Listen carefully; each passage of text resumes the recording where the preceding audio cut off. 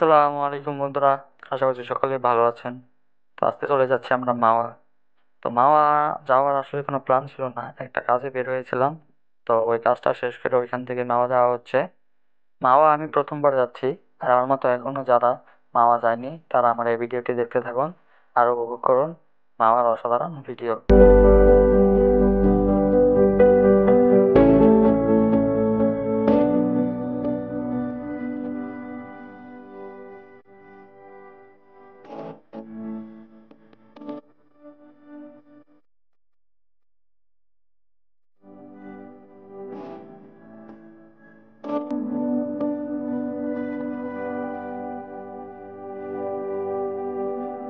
আমি আগে ভাবতাম মাওয়া হয়তো পদ্মা সেতুর সাথেই, বাট এখানে এসে দেখি পুরো উল্টো। যদি আপনি ঢাকা থেকে আসেন তাহলে পদ্মা সেতুতে ওঠার আগে হাতের বাম দিকে আগে রাস্তা গেছে, সেই রাস্তা থেকে 4 কিলোমিটার দূরে মাওয়া। এবং যদি আপনি গোপালগঞ্জ বা বরিশাল থেকে আসেন তাহলে পদ্মা সেতু পার হয়ে এই ব্রিজ থেকে নামার হাতের বাম দিকে আরেকটি রাস্তা গেছে, সেই রাস্তা থেকে 4 কিলোমিটার দূরে।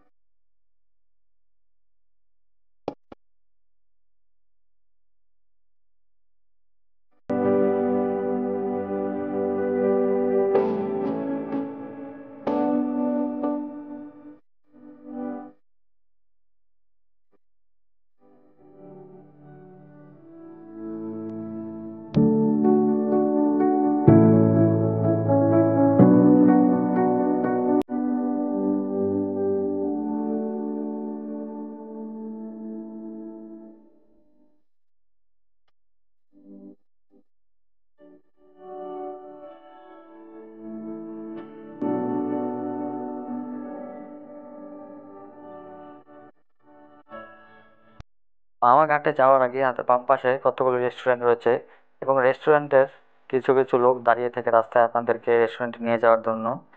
এগুলো রেস্টুরেন্টের পরিবেশ ভালো, বাট এগুলোর যে অ্যামাউন্টটা একটু বাড়াতে হবে এগুলোতে গেলে। আর যদি আপনারা একেবারে ঘাটে যান তাহলে ওদিকে একটু খাবারের দাম কিছুটা কম। আমার মনে হয় মাওয়া ঘাটে গেলে ভালো হয়, কারণ সেখানে একেবারে পদ্মা নদীর সাইডে বসে আপনারা মাছ খেতে পারবেন আর পদ্মা নদী দেখে দেখে উপভোগ করতে পারবেন।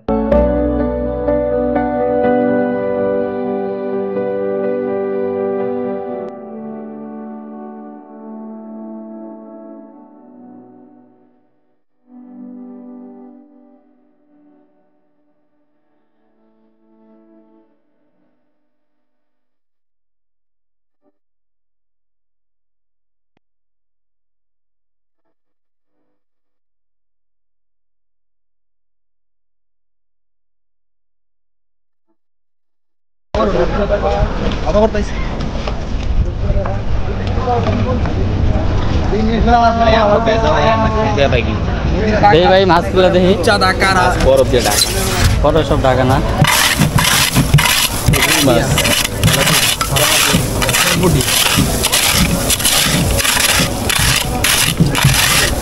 ইলিশ ইলিশ নাই, চিংড়ি আছে, চিংড়ি চিংড়ি আছে, চিংড়ি আছে আর লক্ষ মাটি যাচ্ছে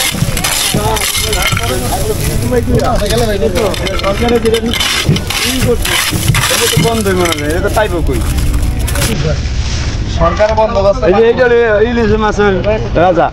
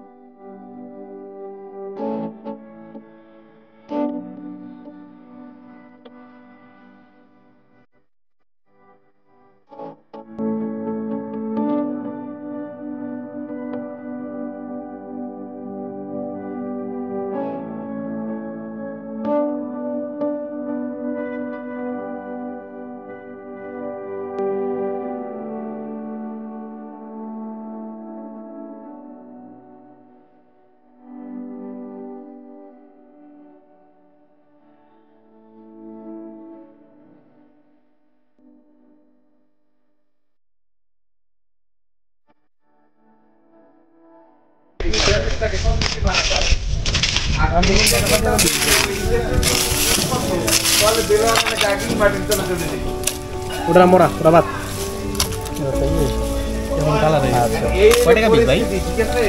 ভাই ভাই আপনারা তো নিয়েছেন, আপনার দামাদাম 110 টাকা করে পিস দিবেন।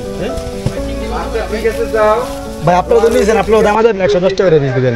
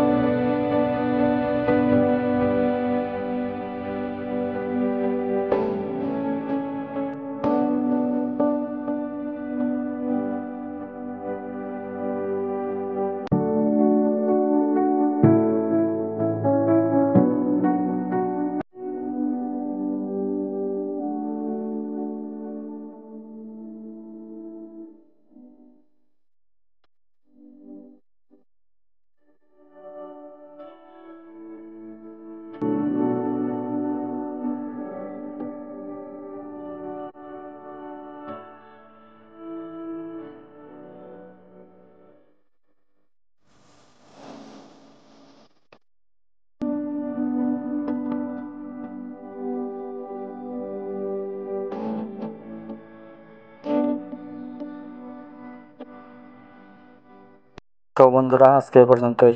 ভিডিওটি ভালো লাগলে অবশ্যই লাইক, কমেন্ট এবং শেয়ার করে দিবেন এবং আমাদের চ্যানেলটি সাবস্ক্রাইব করে দিবেন আরও নতুন নতুন ভিডিও পাওয়ার জন্য। আসসালামু আলাইকুম।